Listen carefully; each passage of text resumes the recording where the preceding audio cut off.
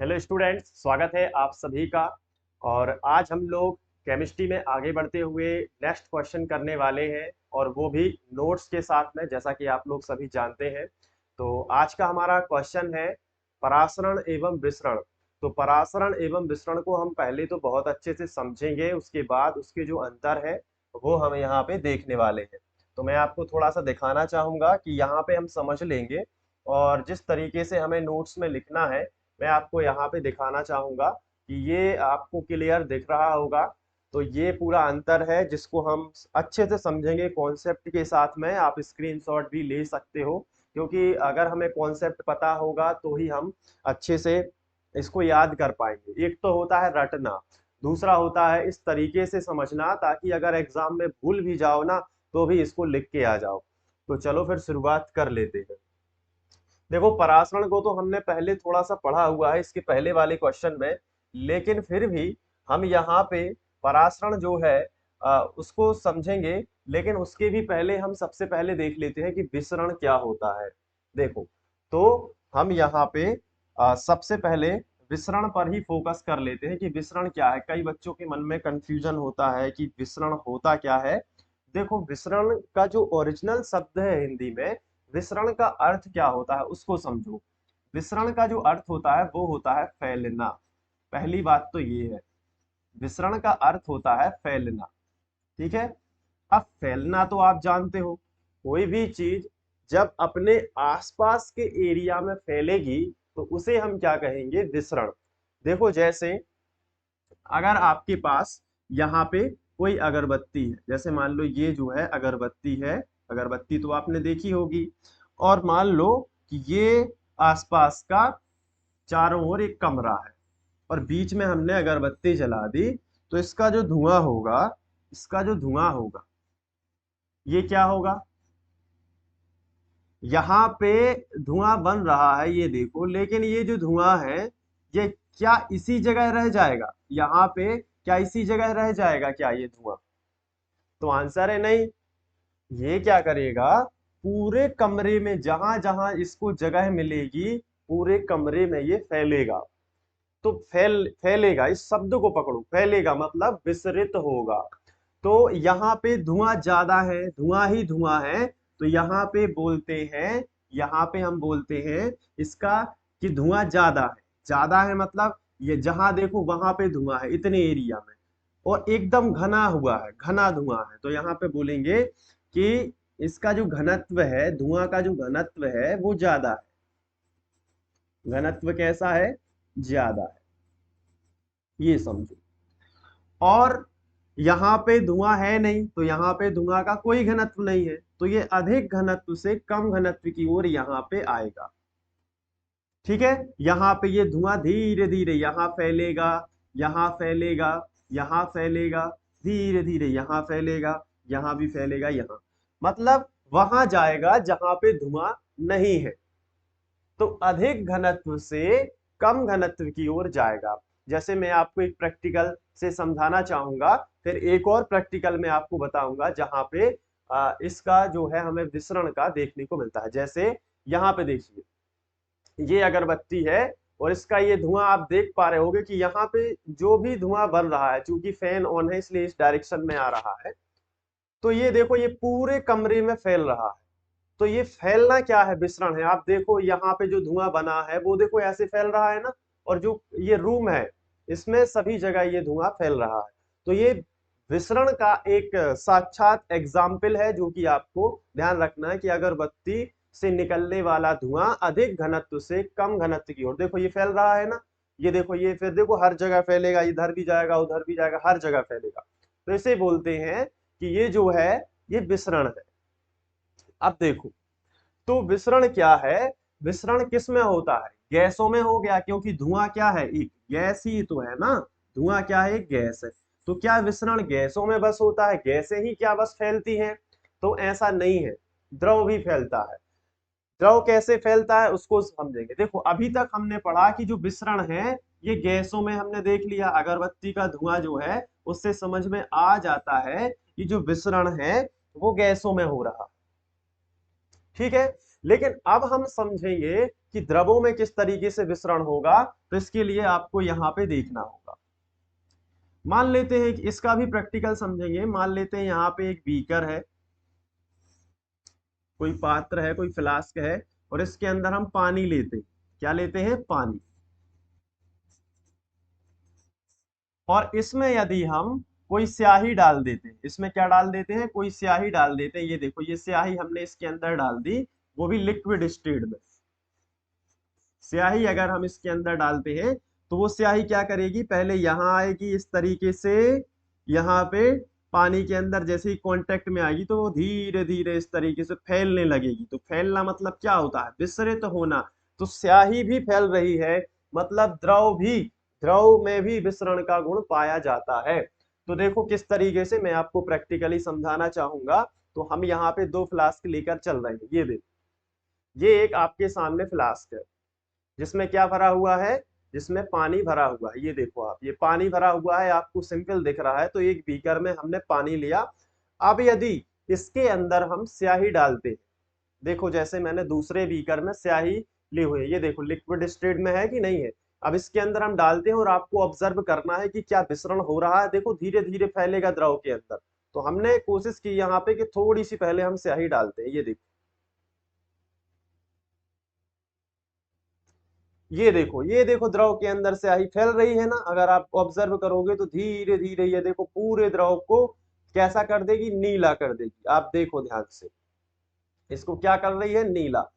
तो द्रवों के अंदर भी विसरण का गुण होता है, जैसे गैसों के अंदर होता है वैसे ही द्रवों के अंदर भी होता है। मैं इसको क्लियर करना चाहूंगा।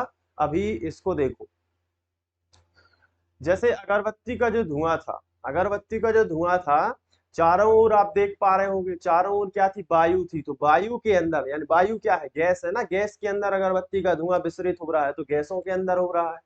दूसरा क्या है? ये हमने पानी लिया था और पानी के अंदर ये देखो ये विसरण हो गया। देखो अभी पूरा विलयन नीला हो गया, देख पा रहे हो कि नहीं? तो इस तरीके से भी ये होता है। अब हम इसको एक एग्जांपल से थोड़ा और लार्ज स्केल पर आपको थोड़ा सा समझाना चाहेंगे। तो हमने यहाँ पे एक पानी की जो बोतल रखी हुई है, इसमें देखो पूरा पानी भरा हुआ है। अब इसमें आपको और क्लियर समझ में आएगा। ये बताओ, पानी है तो पूरा कैसा है? द्रव है। ये पानी क्या कहलाता है? द्रव है। देखो आप इसकी ऊपरी परत आप देख पा रहे होगे। अब इसके अंदर अगर हम कोई विलेय पदार्थ मिलाएंगे तो वो धीरे धीरे क्या होता है? इस पूरे पानी के अंदर फैलेगा। वो आपको यहाँ पे दिखेगा। ठीक है, तो मैं इसमें भी आपको थोड़ा सा दिखाना चाहूंगा, बड़े ध्यान से समझना।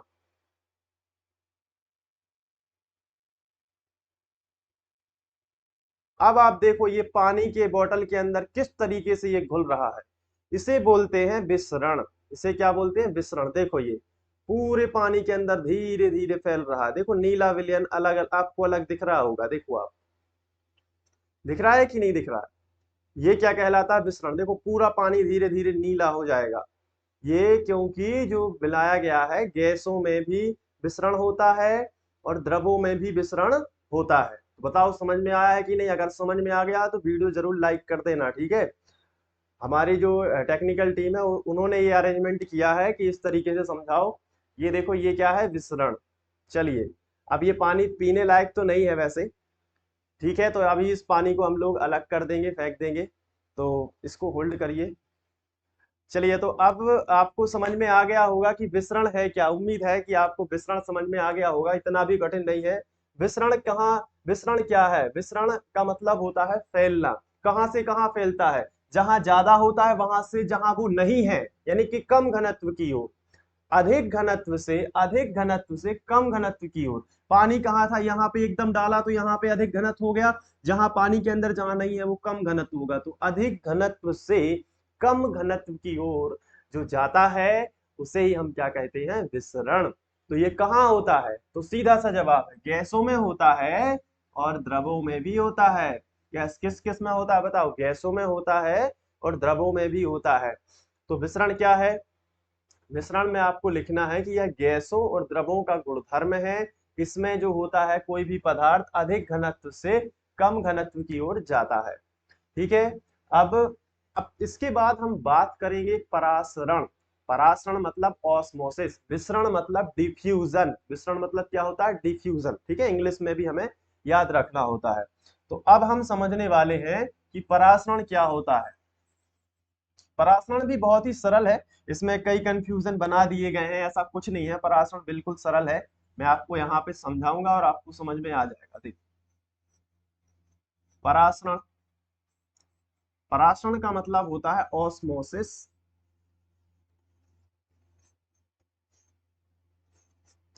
ठीक है, तो अब ये समझो, इसमें विलायक पर ही आपको फोकस करना है, विलायक। परासरण के अंदर कौन इधर उधर जाता है, तो आंसर है विलायक। विलायक इधर जा सकता है, विलायक इधर जा सकता है, तो विलायक के पार्टिकल ही जाते हैं। लेकिन विलायक के पार्टिकल कहाँ जाते हैं, तो आंसर है हमेशा, हमेशा ये अधिक सांद्र यानी अधिक गाढ़े विलयन की ओर जाते हैं, अधिक सांद्र विलयन की ओर जाते हैं, अधिक सांद्र। ठीक है, कहाँ जाते हैं बताओ, अधिक सांद्र। मतलब परासरण की क्रिया में विलायक जो है, परासरण की क्रिया क्या है, सीधी सी बात समझो, किसी भी गाढ़े विलयन को पतला करना, किसी भी गाढ़े विलयन को क्या कर देना, पतला। जैसे समझो, यहां पे हमने एक पात्र ले लिया, ठीक है, पहले दो एग्जाम्पल से समझेंगे। एक पात्र ले लिया और बीच में हमने लगा दी अर्ध पारगम्य झिल्ली। ये अर्ध पारगम्य झिल्ली बता दे रहे हैं थोड़ा सा यहाँ पे कि इसमें छोटे छोटे रंध्र होते हैं, ठीक है, ये छोटे छोटे रंध्र होते हैं, जिसमें से केवल विलायक के अणु ही पार हो सकते हैं, विलेय के नहीं हो सकते। केवल किसके अणु हो सकते हैं, विलायक के अणु। तो अर्ध पारगम्य झिल्ली मतलब कुछ पार हो सकता है, कुछ नहीं हो सकता, इसलिए अर्ध पार यानी आधा पार हो सकता है। जैसे विलेय और विलायक से विलयन बनता है, लेकिन विलय नहीं हो सकता, केवल विलायक मतलब आधी चीज ही पार हो सकती। तो अर्ध पारगम्य झिल्ली, इसे क्या बोलते हैं, अर्ध पारगम्य झिल्ली। इसको हम सेमी परमिएबल मेम्ब्रेन्स भी बोलते हैं इंग्लिश में। तो आपको एनसीईआरटी में इस तरीके से लिखा मिलेगा, एसपीएम, यानी सेमी परमिएबल मेम्ब्रेन्स, यानी अर्ध पारगम्य झिल्ली। ठीक है, तो ये वही चीज है। अब इस ये देखो, जंतु कोशिकाएं जितनी भी होती हैं, अंडे के ऊपर की जो झिल्ली होती है, ये सब अर्धपारगम्य झिल्ली है, प्राकृतिक रूप से जो पाई जाती है। कोई भी जंतु की झिल्ली, ठीक है, जंतु के ऊपर का कवर, चमड़ा जिसे हम बोलते हैं, तो वो क्या है, अर्धपारगम्य झिल्ली है। और प्रयोगशाला में बनाई गई है कॉपर फेरोसाइनाइड, तो वो बर्कले हार्टले विधि में लगाई गई है, उसको हम आगे पढ़ेंगे। अब समझो कि परासरण होता कैसे है। अब जैसे मान लो कि यहाँ पे हमने ले लिया विलायक, ये देखो, ये विलायक यानी जल ले लिया, ये क्या है यहाँ पे, जल। इस तरफ समझो, इस तरफ हमने कुछ अलग सा ले लिया, जैसे मान लो हमने ले लिया यहाँ पे कोई विलयन ले लिया, ठीक है, तो विलयन ले लिया, दूसरा कलर बना देते हैं यहाँ पे थोड़ा सा, ये सब यहाँ पे हमने क्या ले लिया, विलयन, विलयन है ये। ठीक है, समझ में आ रहा है कि नहीं बताओ, विलयन है ना। तो विलयन होगा तो निश्चित सी बात है ये सांद्र होगा, किसकी तुलना में, इस शुद्ध जल की तुलना में कम से कम ये तो सांद्र होगा, क्योंकि इसमें विलेय जितना अधिक होगा वो विलयन उतना ही सांद्र होगा। हमने सांद्र विलयन पढ़ा हुआ है, जिसमें विलेय की मात्रा अधिक होती है, जिसमें विलेय की मात्रा क्या होती है, अधिक होती है। तो ये विलयन कब बना, जब इसमें कुछ चीज घोली गई होगी और वो ज्यादा होगी, तो ये कैसा विलयन हो गया, सांद्र विलयन। एक्चुअली में तनु विलयन भी शुद्ध जल की तुलना में सांद्र कहलाएगा। समझ में आया कि नहीं, क्योंकि शुद्ध जल शुद्ध होता है। तो जल के पार्टिकल क्या करेंगे, जल के पार्टिकल धीरे धीरे इस विलयन में इस तरीके से प्रवेश प्रवेश करने लगे, ये देखो, इसे क्या बोलते हैं, परासरण। तो विलयन के अंदर सीधी सी बात है, अधिक विलायक के अणु कहाँ जाते हैं, अधिक सांद्र विलयन की ओर, तो ये अधिक सांद्र होगा तो जल के अणु चले गए। लेकिन इसी चीज को हम दूसरे प्रकार से भी समझ सकते हैं, कई बच्चे दो विलयनों में भी समझना चाहेंगे, तो दो विलयनों में भी मैं आपको समझाना चाहूंगा। देखो ध्यान से इधर, जैसे मान लो यहाँ पे मैंने एक पात्र ले लिया, ध्यान से समझना, ये एक पात्र ले लिया, इस पात्र को अर्धपारगम्य झिल्ली से अलग कर दिया, ये मान लो अर्धपारगम्य झिल्ली है, इससे हमने अलग कर, इसमें छोटे छोटे छिद्र होते हैं, ठीक है, इसमें केवल विलायक के कण ही निकल सकते हैं अर्धपारगम्य झिल्ली में से। अब हमने क्या किया, यहाँ पे एक सॉल्यूशन ले लिया, यहाँ पे एक विलयन ले लिया, यहां पे हमने क्या किया, 1 विलियन ले लिया।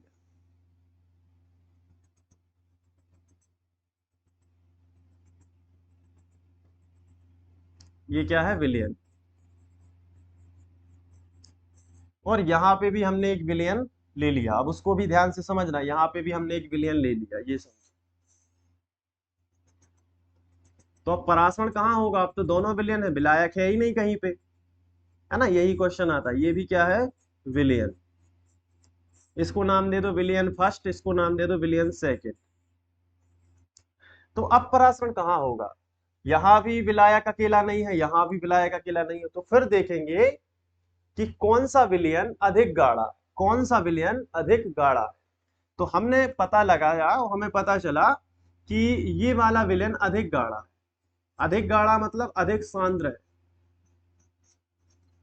अधिक क्या है, सांद्र है। तो बस इसी को पतला करेंगे। जो अधिक गाढ़ा है मतलब परासरण का विशेष रूप से है क्या, परासरण है क्या, किसी भी चीज को पतला करना, ऐसे समझो। तो अधिक गाढ़ा ये विलयन है तो अधिक सांद्र ये है, तो अब इस विलयन में से विलायक के कण आएंगे और इसमें से इस तरीके से आने लगे, क्योंकि ये ज्यादा गाढ़ा है तो इसको पतला करने की कोशिश करेंगे। इस विलयन में से विलायक के कण, क्योंकि ये विलयन जो है ये किन किन से मिलकर बना होगा, आंसर है इसमें विलेय भी होंगे और इसमें क्या होंगे, विलायक भी होगा, क्योंकि विलायक प्लस विलेय से ही तो विलयन बनता है।